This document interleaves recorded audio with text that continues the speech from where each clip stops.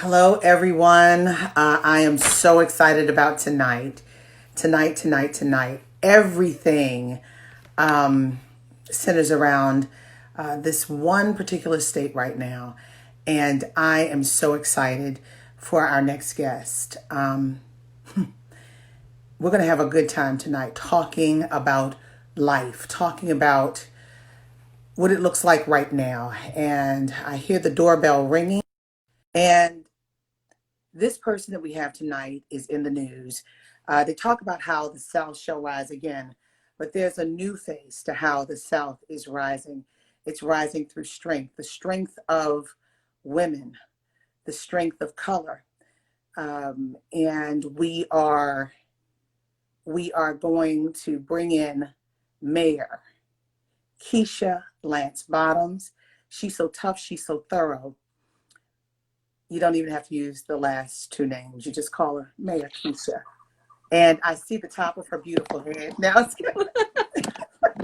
Where I have a great helper over here. I had to take the iPad from my daughter Lincoln because my phone does not agree with any of this. and I So see a phone. Hello, little hand. Hello, right behind you, Mayor. Madam Mayor. Hello there. How are you? so Lincoln, you Mine gotta are get me. upstairs. My kids are upstairs, downstairs, and okay, Wait, guys. we're gonna get it together, April. Your hair is hot. When everyone else's hair looks a mess, your hair is on fire, on fleek. It is amazing. Well, April, it's because my mother owned a hair salon for a really long time. April, I'm sorry, I'm still moving. You get to see the whole bookshelf here.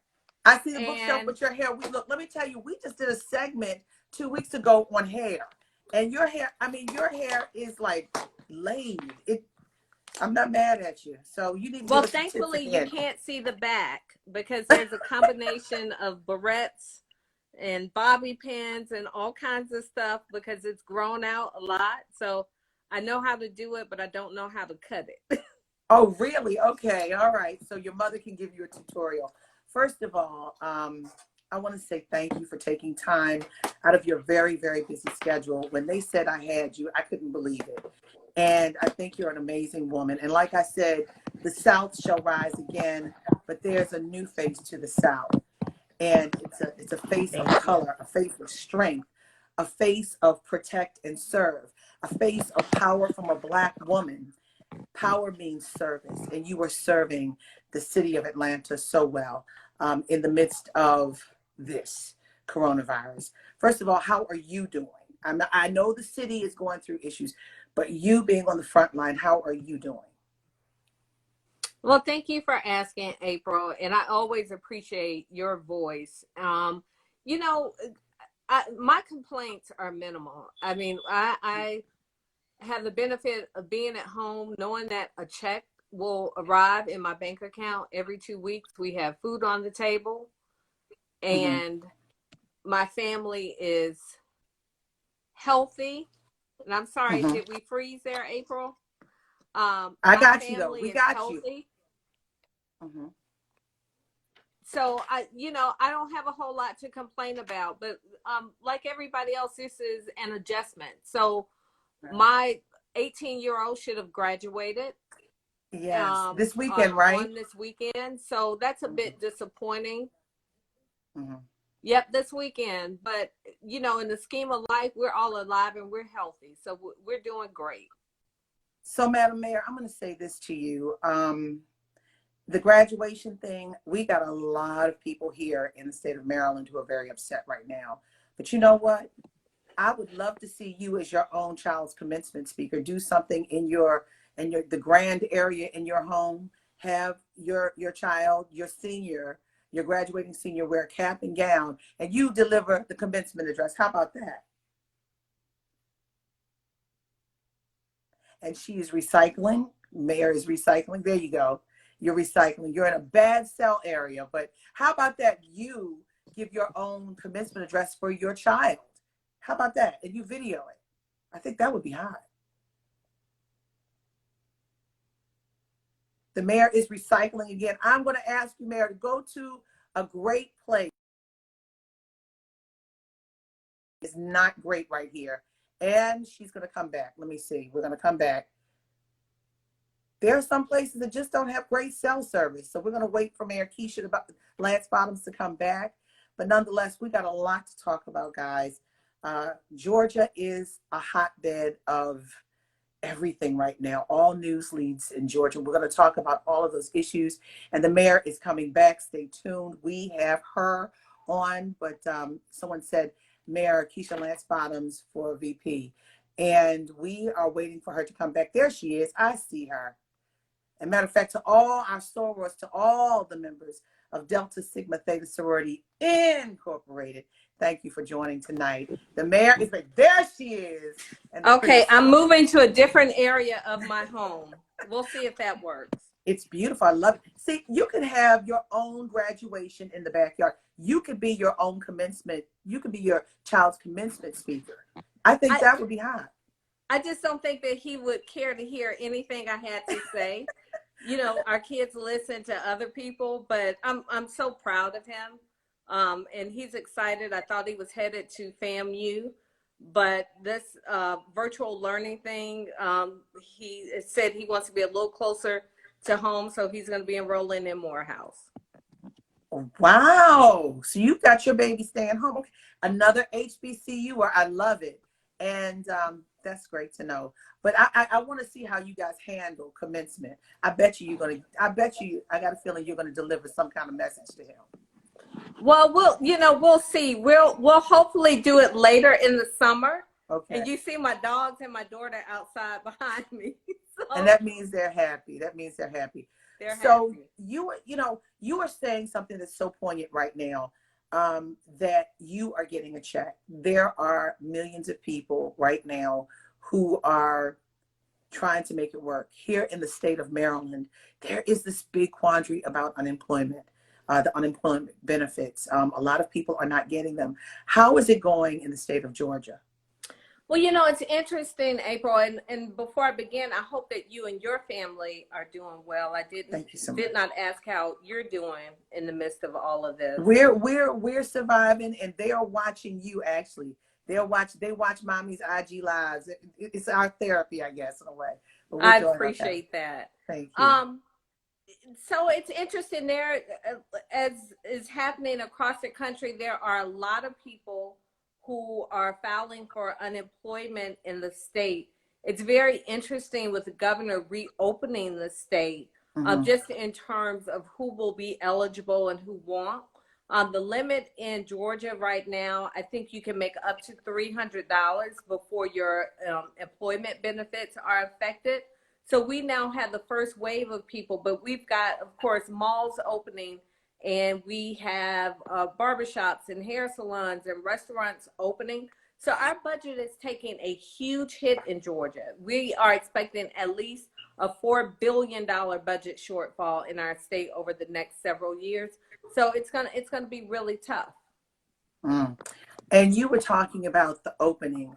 I remember getting this in the mail. Remember this? Oh, yeah. And you have the Centers for Disease Control in Atlanta. You are encouraging people to stay home against the governor's wishes. And I remember hearing the governor say, go bowling, go to the movie theater, get your nails done, get your hair done. What are you saying right now? And what is the CDC saying to you as you are defying the governor of your state? Well, what I'm continuing to say, April, and it's sort of like talking to my 18-year-old and my 3 younger ones. I'll say it until I'm blue in the face, whether or not people are listening. We still have to stay home, especially those of us who don't have concerns, economic concerns, like so many people have.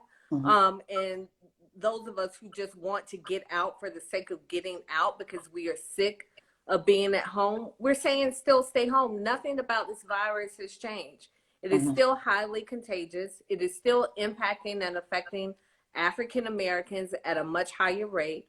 We have another hot spot in Georgia. The one that we had at the beginning of COVID-19 was in Albany, Georgia, African American community, very hard hit. Well, this one is now in Gainesville, hard hit, hitting the Latino community very hard. So again, Black and brown people are being disproportionately impacted. Hmm. And we're continuing to say, stay home. We've not flattened the curve for 14 days. We've not seen a decline in Georgia over the past 14 days. I was looking at our 7 o'clock numbers. They're still right about where they've been since the beginning of this pandemic. So they haven't gone up, they haven't gone down, they're staying the same. So what we do each day, we get the numbers twice a day. We get them at 7 p.m. and we get them at 12 p.m. So we have, we track and see the percentage that they have gone up. As of 7 p.m. tonight, and I don't have it in front of me, the numbers were as low as I've seen it in terms of deaths. I think around 18% difference, but they range anywhere from 20% to closer to maybe 28% Hmm. each day. But again, even if the numbers are a bit lower, Hmm. people have to understand it's because we were socially distancing. Hmm. So what I suspect will happen is over the next 2 to 3 weeks, we're going to see an uptick because people have left their homes and they are operating as business as usual. These aren't people who just have to get out to go to work because they're in need of finances. These are, people who are standing in line for Jordans at the mall that we're going to start seeing those numbers uptick. Say it again, because people don't believe that that's the case. I heard it as soon as people weren't running to go get masks or gloves or some kind of PPE. They were going to get what, Mayor Keisha? Jordans that they could have ordered online, by the way. And I've heard people say that they were upset with Nike for releasing the Jordans. Just because somebody gives you a gun doesn't mean you have to pull the trigger. So I'm not going to blame Nike. I'm going to blame the people who gathered together to get the new Jordans. And again, these people, April, and you know this, I know I'm preaching to the choir. These are people who may not ever feel sick. But if you're going home to your parents and to your grandparents, and even in Atlanta, where we have extremely high asthma rates in our community, it is just senseless to me, and it saddens me and it angers me all at the same time. So we are talking with none other than the mayor of Atlanta. We're honored tonight to talk to the mayor of Atlanta, Mayor Keisha Lance Bottoms. She is in this fight to keep people safe. She is using her power to serve, to protect and serve. And she's defying the orders of the governor of her state. And for those of you who don't understand this, this is real. This is not made up. It's not a Democratic hoax. There are body bags. There are morgues. Yep. Morticians are having problems now with funeral. I mean, there are so many people that are dying all across the country. And once you're exposed, it's between 5 and 12 days that you become sick. You start noticing. So when you go out to these things, you may not be sick today, but maybe 5 days later, you can become sick. So this is a time when we have to listen to people like Mayor Keisha Lance Bottoms, who is in a city that is seeing spikes, who is in a city that has a disproportionate number of African Americans who are contracting and dying. Madam Mayor, talk to me about the numbers, the Black numbers, because we're still waiting for the President of the United States to follow through on the promise that he was going to give the stats throughout the nation on the disproportionate numbers of Blacks contracting and dying from this disease. What are your stats? Well, initially, we didn't have any stats in the state. So the last numbers that I saw, we were around 80%, I think, hospitalizations in the state. And my dogs are doing some things I don't think y'all want to see back there. It's okay, Madam Mayor. Go ahead. We all grown. We know.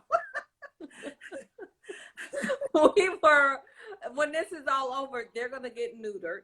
Okay. Okay. Yeah, I'm going to the vet in June. I'm praying on that. So I canceled my vet appointment because of this, but we're going to try to work it out with masks and gloves and everything. But go ahead. So you said So 80%. we Was were it around 80% Black? we're 30% of the population. We were representing 50% of the deaths in the state and about 80% of the hospitalizations. And again, April, when you talk about the underlying health conditions that we have in Georgia, one, you think about the South in general. Every single category, our numbers are higher. We have higher asthma rates, higher rates of diabetes, high blood pressure, cardiovascular disease, obesity. That's the South, period. That's Georgia. Then you put on top of that the African American community, and our rates are even higher. And these are, again, all of the underlying conditions that make COVID-19 more deadly for our community. And that's what you're seeing that's being played out. And then also add on top of that, I'm sorry, the congregate living conditions that many experience in the African American community, where Black and brown communities, where there are generations of people living in one household, often not large areas. So it makes it it makes it even worse in our community. Yes, most definitely. And for full transparency, I'm an asthmatic in Baltimore. Baltimore has a high asthma rate. I have high blood pressure and I am pre-diabetic. So I am staying home. Hashtag stay home right now. And I'm working from home. And that goes to another piece. We're considered the privileged class now because we're able to work from home. But Mayor, there are some people out there who need that hourly wage to pay their rent. Yep. To pay for the doctor when the kid gets sick. I mean, that's real too.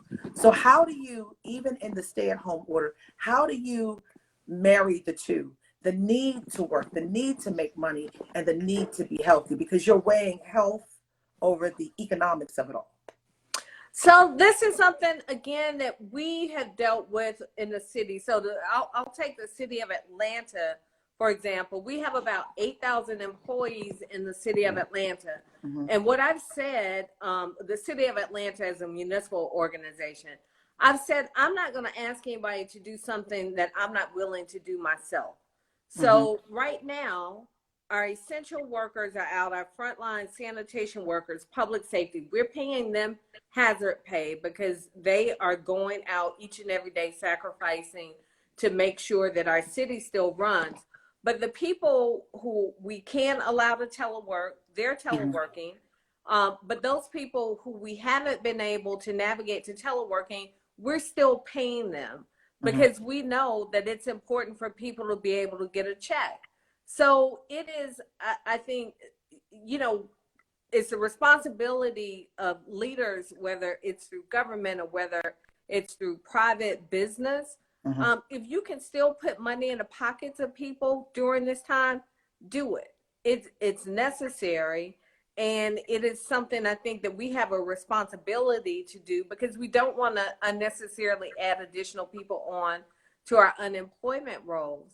But I think it is, it saddens me for the people who don't have those choices. So in Atlanta, we created several funds, and we even did this before the federal government began sending down its stimulus money. We created a small business loan fund to immediately begin putting money into the hands of small businesses. We created a strength and beauty fund for people, our hairstylists and our barbers, to be able to apply to get loans because so many of them don't have the traditional relationships with banks and you know, they may own a salon and people may pay booth rent and they don't fit into a traditional category. And then the third one, particularly for the big banks, particularly for the big banks. Exactly. Right. We did something for our creative industry as well. You know, there are a lot of artists in Atlanta, a lot of creatives, so there's an opportunity for them to access grants and loans. So we're just trying to be creative in Atlanta, and I think that's really what all leaders should be trying to do during this time. rather than sending people back out as what I believe to be guinea pigs to test and see how this is Mm. going to work out. I think we need to be creative in how we're going to help people stay home. Your creativity, and I follow you on Instagram. I follow you, period. Your creativity has caused a lot of consternation, and you went public with something very ugly on your Instagram page.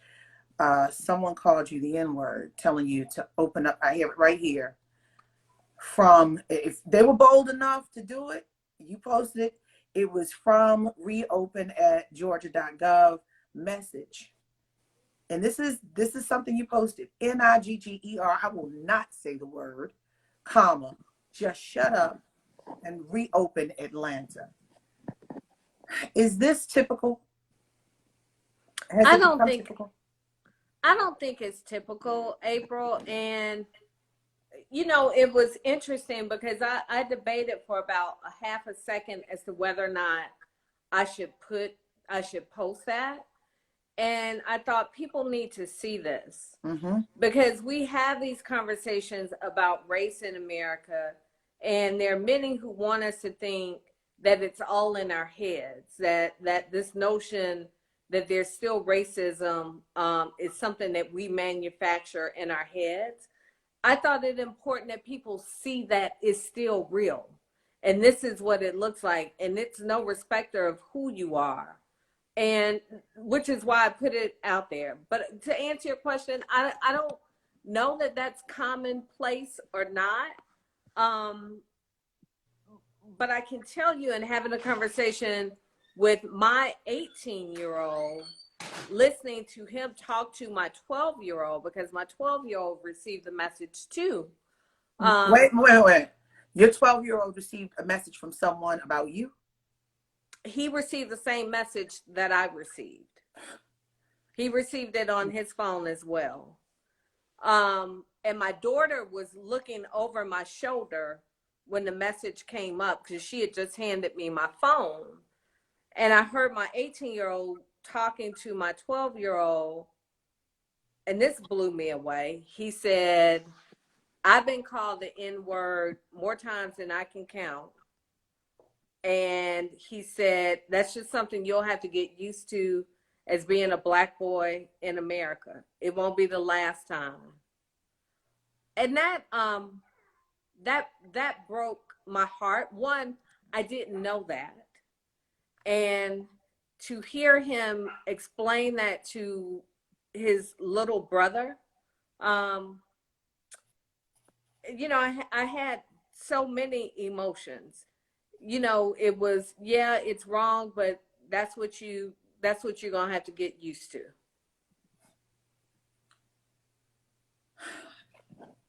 As a parent, that's tough, you know, Yeah. to hear that.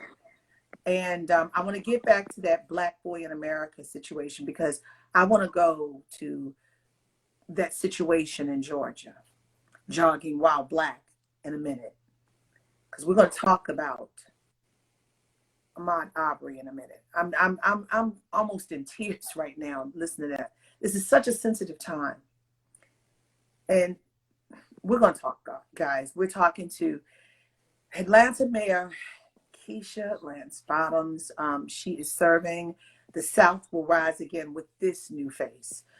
She is a supporter of Joe Biden.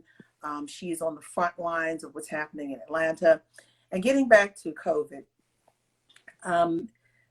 there was a hot mic moment for the governor of Texas. Did you hear that? Did you hear the hot mic moment? I did not. But did you hear about it? How he said opening up the government. I have it on my Twitter page. How he said opening up the government will cause more deaths. Is this the discussion that you're having with Governor Kemp? And please be very frank as to what he says to you. Your discussions, are they terse? Are they polite? Or are they very forthcoming and strong? You know what? Governor Kemp and I work very well together, April. You know,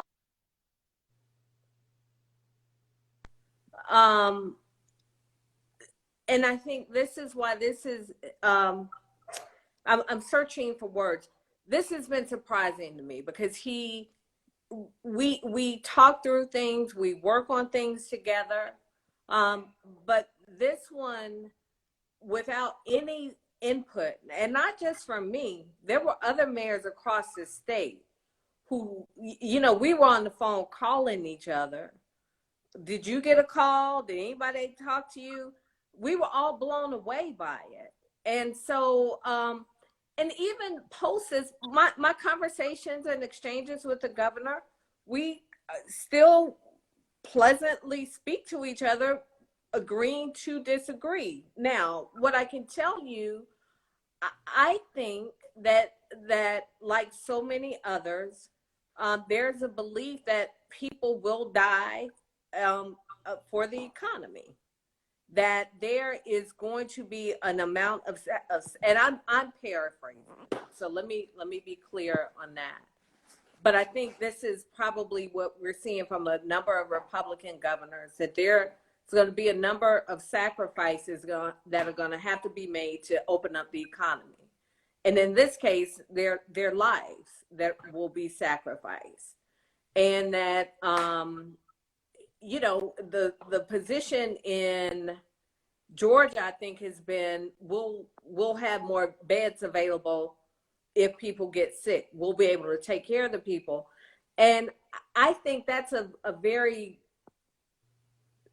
backwards view, because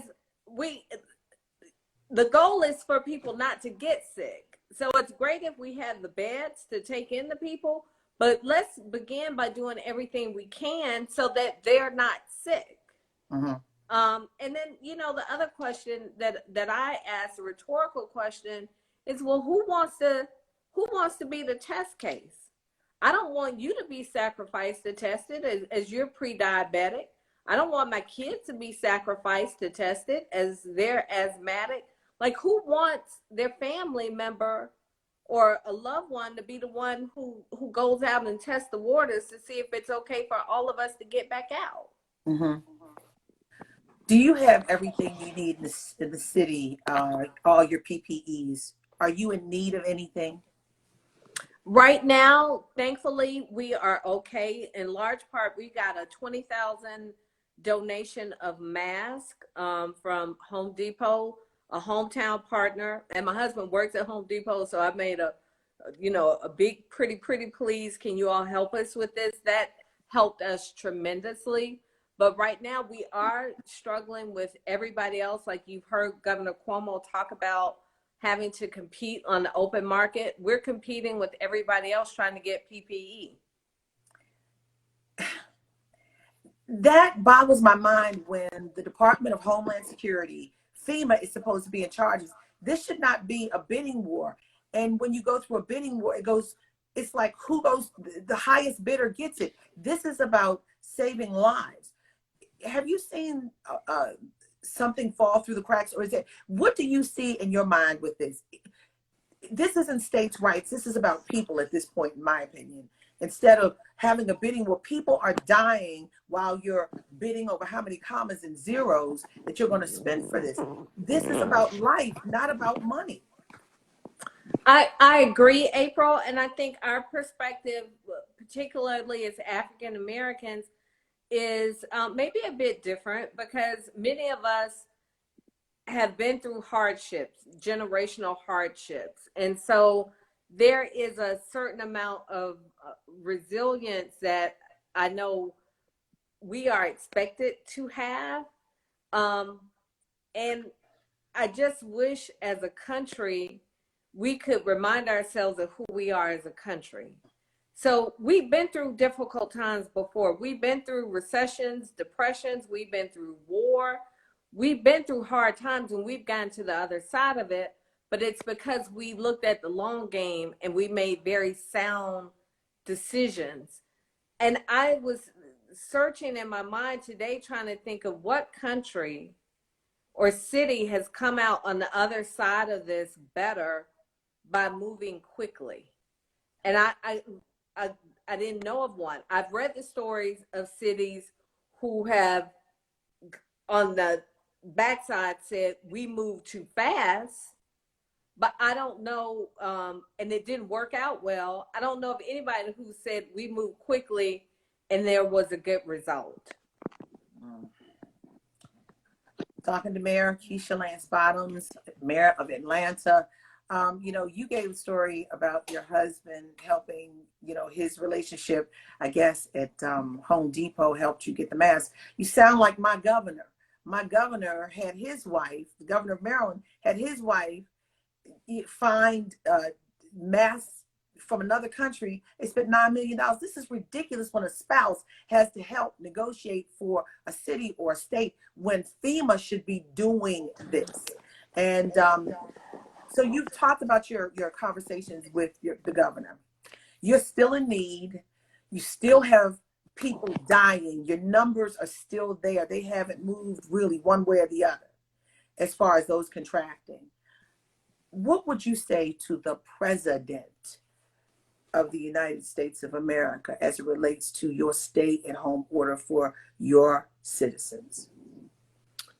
April, what I would say to the president, if you consider yourself a wartime president, then every war that's been won in America has been with the help and leadership of generals, strong generals.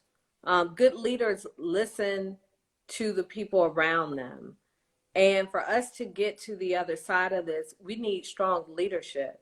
And we need strong leadership, not just from the very top, but from the generals, the lieutenants, the sergeants, and everybody else. And what I would say to the president is lead us like a wartime president. Lead us like an American president that's thinking about the good of the American citizens as a whole, not the short-term wins, not winning small skirmishes or battles. This is about winning the war. And if we are to win this war, we got to face these battles and make these sacrifices head on. And I just ask for leadership and allow the people who understand what they're doing, who know what they're doing, the scientists and the healthcare professionals, allow them to guide us. Because again, as a strong leader, you don't have to know it all, but you surround yourself and you listen to people who know it. And that's what makes you a great leader. Again, the CDC, the Centers for Disease Control, happens to be in Atlanta. What are you getting from them? How long, logistically and realistically, are they expecting people to need to stay home? So I'm reading the same guidelines that you're seeing. And actually, I reached out to Dr. Gupta, who's been a great resource for me. Dr. Sanjay Gupta from CNN. Yes, he's been wonderful. And he strongly encouraged me to speak directly to the CDC about some questions that I ran past him. Mm-hmm. So I do plan on doing that. Mm-hmm. But right now, the guidelines that I'm seeing from the CDC are the same ones that everybody else is seeing. I know they've been a bit fluid, and I'm very forgiving and understanding of that, because everything that we know about this virus is fluid. But the thing that I know that is consistent is that you got to stay away from each other to be able to help stop the spread. Physical distance, not social distancing. We are socially connected. We need to be physically distant. Yeah. Yeah, that's ridiculous. So, and go ahead. I harken back. I was a journalism major at FAMU, and Dr. Hawkins used to always tell us, if it's too complicated, if Joe on the back of the Coca-Cola truck can't understand it, it's too complicated. Exactly. And that is the same way I view the way we are approaching this virus. Most of us don't understand the data and the statistics. At least I don't. But what I know is real simple. You got to socially distance, and Black and brown people are dying at a higher rate. That's what I understand on a very basic level. And the other thing that I understand is you're not going to get whole and healthy as a country by rushing through this. The message apparently isn't getting out anytime people feel like they don't want to socially distance and stand in line to buy some tennis shoes. So that's the crazy piece. But I want to, and is there anything else on this topic that I missed? Because we got a lot of stuff to talk about. We got to talk about what's also happening in Georgia, what happened February 23rd to this young Black man who was jogging in broad daylight. We're going to talk about that. We're going to talk about Vice President Joe Biden. We're going to talk about a lot. And that list of potential number twos. And I've said it publicly. I said because of what she's doing, her bold stand, the fact that she's running one of the major economies in this nation, and the fact that she stood by Vice President Biden at the very beginning, especially when there was kind of a little skirmish early on. I believe Keisha Lance Bottoms is possibly one of those on the list. We're going to find out if she's on the short or the long list. But anyway, we're moving on. Is there anything else on this topic, Madam Mayor, that we missed that you want to say? No, I think that's it, April. Just asking people, reminding people what elections matter. Asking people to please remember this when you go to vote in November. And the reason being, we're not going to say that Donald Trump created this pandemic, but what we are pretty clear about is that this pandemic has been mismanaged. And when you think about 2016 and you think about us losing states by 11,000 votes, and you think about people staying home because we were in search of perfection, we can't do that again. So we got to register to vote. We got to turn out to vote. And these are the things that happen when you don't have solid leadership from the top. So that's just the only thing that I want to say about COVID-19. Remember this come November. Do you believe this President Donald John Trump is unfit to serve at this moment with COVID? I do. But I thought that before COVID. And we will leave that one there. That's your news bite. Now, moving on to the next situation. You almost had me in tears a few minutes ago about your son and that text message that both of you received on both of your phones with the N-word telling you to reopen the city of Atlanta. And your son talked about this is what happens to a Black boy in America. I can't help but think about Ahmaud Arbery. My 17-year-old daughter, who is a rising high school senior, was so upset yesterday. And she runs. And we live in a white neighborhood. I had to move because of death threats. And this is where we moved. And I thought of her and her heart because she was like, Mommy, this is bad. This is bad. I said, I know, Ryan. And her passion about it just touched me. And I'm always been passionate about it, but to see it, she said, Mommy, he wasn't doing anything but running. And it was broad daylight. Yeah. And broad daylight, beautiful day in Georgia, February 23rd. And they thought that he looked like a suspect from a bunch of break-ins in that community.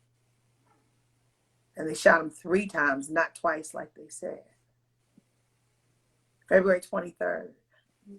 And now there's a grand jury that's being stood up for this. Talk to us, Madam Mayor. So, April, I posted this last night. I very selfishly, I didn't want to watch the video. And it is because, and even in talking about it now, there is just this tightness that I get in my chest and this feeling I get in the pit of my stomach. I didn't want to feel that. And it was very selfish of me, but just being honestly, I didn't want to see it because for me and so many others, and like your daughter, for me, I go back to my children. And I was asked about it in an interview yesterday. And I said, I'm going to have to watch it because I am going to have to speak on it, but I didn't want to see it. And It's tough. it, and I immediately thought of all the conversations I had, all the talks I had, especially with my 18-year-old. And you talk through if this happens and if you're in this scenario and XYZ. And I've never once had a talk with him about, and if you're jogging down the street in the middle of the day. Bright, And so, bright day, beautiful day. It wasn't like Trayvon, and it is no excuse for what George Zimmerman did to Trayvon. That stand your ground thing. No excuse. Hoodie on and Skittles in his pocket. Nothing. No excuse. I'm sorry. Go ahead, Madam Mayor. no, and just my heart breaks for his family. Mm-hmm. And my nephew was murdered a few years ago. Mm. And I know how that breaks a family, how heartbreaking it is to lose someone suddenly. And the situation with my nephew was different. Mistaken identity. But this was black on black crime. But equally it's heartbreaking. And so I had so many emotions. And it came on the news last night, and my 18-year-old was in the room, and he's like, I can't see it. He's like, this pisses me off. And he's like, this makes me so angry. And he stormed out the room. So I had a lot of emotions. One, as you know, you think of it as from my lens as a mayor and how we interact with our communities, and thinking about it as a mother, my feelings as a mother, but also watching the feelings of my son. And what I can just say is, I pray that justice is served. But just as when my nephew was murdered, even when justice was served, he still didn't get to come home. And that's the part that's heartbreaking. And I think it really speaks to this need for us to really have this much bigger conversation in America about race. Not this surface conversation where we pull back and dig back and look at the layers of these underlying biases that we have toward one another that make us presumptuous about and just a disregard for of respect and life. And it's almost like we all need a big psychoanalysis session in America to pull back these layers because they're still there. And I think that with this administration, there is an overtness and a permission for people to act out and respond and interact with one another in a way that I've not seen in this country in my lifetime. It goes back to something. This is a tough one because, we all have been seeing the videos, not just Ahmaud, but the little girl that the police officer was beating up. I couldn't look at it because I have a 12-year-old. And you think about your children, you think about your brother, you think about your father, you think about your husband, you think about your sons, you think about your boy, you think about anyone or your daughters even. And for those of you who don't know what the talk is, find out. Call your neighbor, call somebody Black and find out, because it's our reality. And you don't just give the talk to your sons anymore. You have to give it to your daughters. And at a time of COVID, you would think that we would have more humanity for one another. But I want to go to something. You said something about the time that we're in. I want to go to something that we were talking about this issue and the time and how people are not caring for one another. I want to talk about open carry. Open carry is a big issue right now. People are feeling bold that they can go out, and it creates a vigilante situation. These people consider themselves neighborhood watchmen who killed Ahmaud. They shot him. There's no alleged that they did this. They did this. 3 shots, and we saw it on video.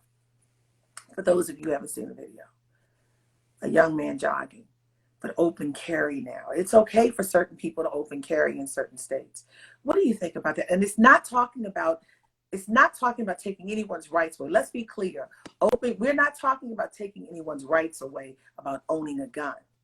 But open carry is meant to intimidate in some instances. So it's interesting, April. This morning, my husband and I met in law school. Mm-hmm. And he said, do you remember in law school, he said, we learned your rights end where mine begin. Excuse me. So in other words, you do have rights, but you don't then have the ability to trample upon my rights. Mm-hmm.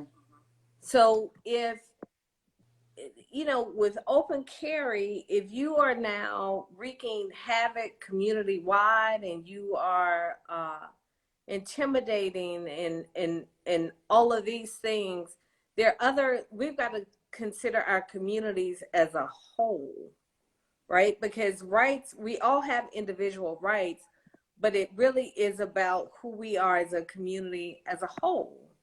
So I respect that people have a right to bear arms. That's a part of the Constitution. That right. Is Second Amendment. What it is. But to the extent that you are now wreaking havoc, I think there's some other levels of conversation and analysis that we need to have, because I'm not sure that's what our founding fathers envisioned. They didn't envision a Keisha Lance Bottoms either, or an April Ryan. So that's a whole nother story, being in the positions and the unique perches in which we sit. But, and I want you guys to listen to this, and this is me saying this. And I'm saying this as someone who has a unique perch and who observes from the highest office in the land. If a Black person or Black people, a group of Black people were doing open carry and followed the word liberate, it would be a different response. You can challenge me all you want. It's the truth.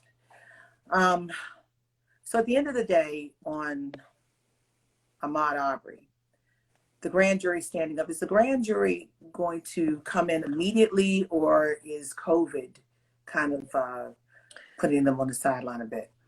So it's interesting. I saw his attorney this morning, and he very succinctly laid out all of the things that should have happened. So there will be a grand jury at some point, which is great. But he pointed out the fact that the district attorney can make an arrest without there being a grand jury. So we don't have to wait on a grand jury. They can be arrested today. If they went and shot somebody in a parking lot, they'd be arrested today. So in the same way, they can't be arrested without having to go through a grand jury. But right now, there is a judicial state of emergency in Georgia that has been extended again through May. And, excuse me, they're not impaneling a grand jury. Now, I don't know why they can't impanel a grand jury, because I would imagine you could go to the Supreme Court and Harold Melton, Justice of the Supreme Court, you can probably ask for a permission on this special circumstance, I would imagine. Or you could just issue an arrest warrant, allow them to come in, have a first appearance hearing, and go through the process as I would if I shot somebody in cold blood in the middle of the street. So the alleged suspects, the suspects in this fatal shooting, a father and son, and one is a retired police officer. So in the last 10 minutes, and I am so honored that you did this. You know, I think so much of you, and I'm just so proud of you.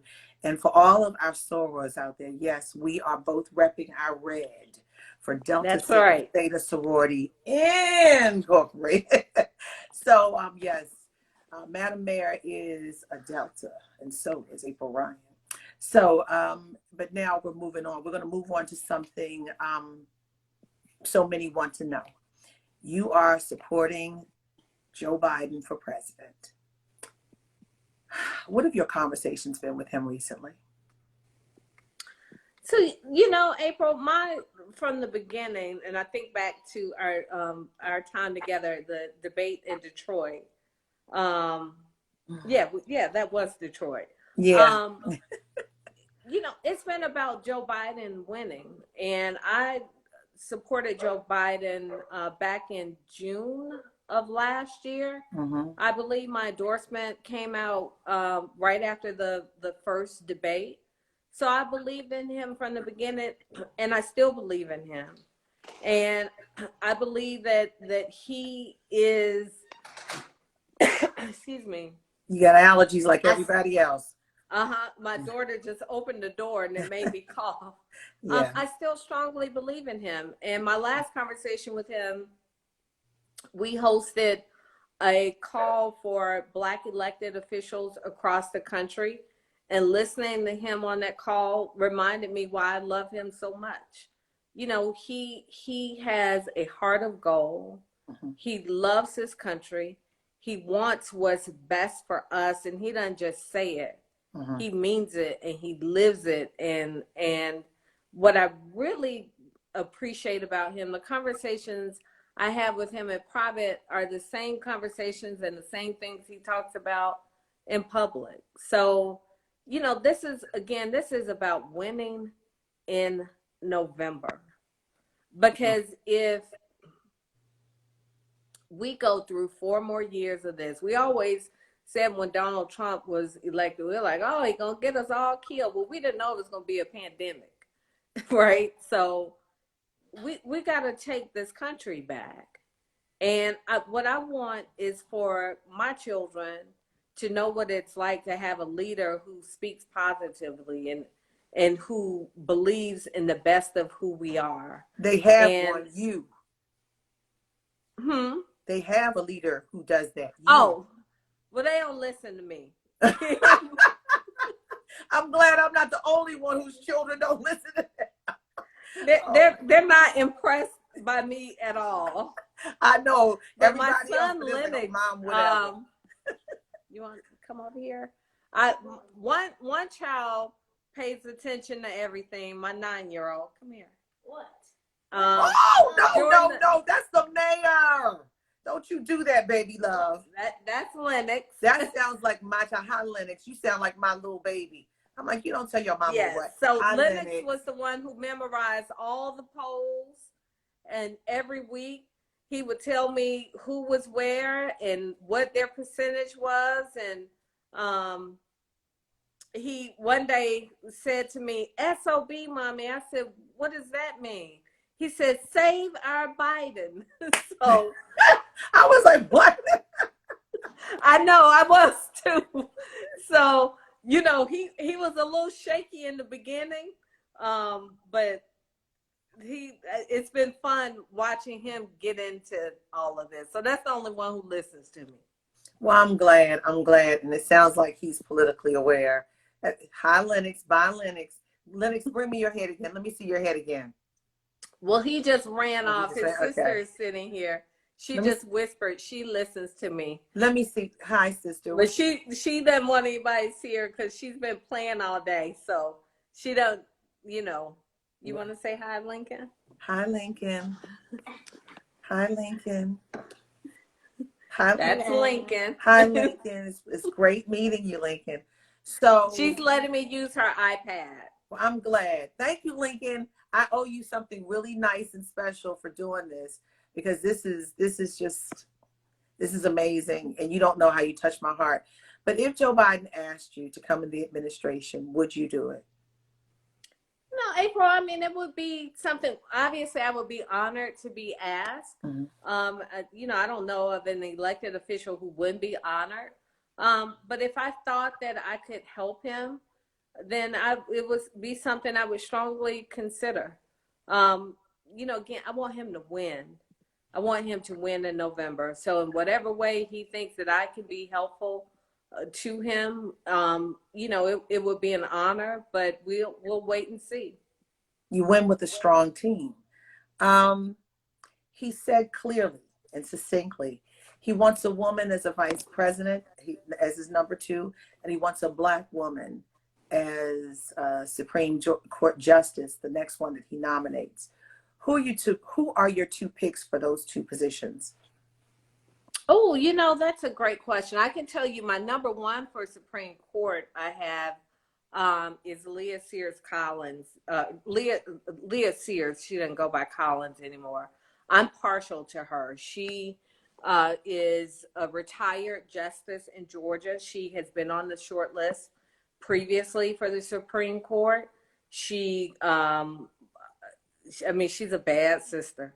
Okay. She's brilliant, and she has again been shortlisted before, first and only black woman to serve as a justice on the Georgia Supreme Court. Mm-hmm. So that would be my number one pick for the Supreme Court. And I'll say with the VP spot, I've said I want Joe Biden to put on that ticket, whoever's going to help him win in November. So, go ahead. So whatever that analysis leads him to, I want him to go with the strongest person who's going to help him win. So he said that he wants a woman to be his number two. He didn't say a black woman is a number two, but he said a black woman for Supreme Court. So we were all hyped about the possibility of Stacey Abrams or Kamala Harris or Val Demings, and I said you. But do you think it will be a black woman for vice president?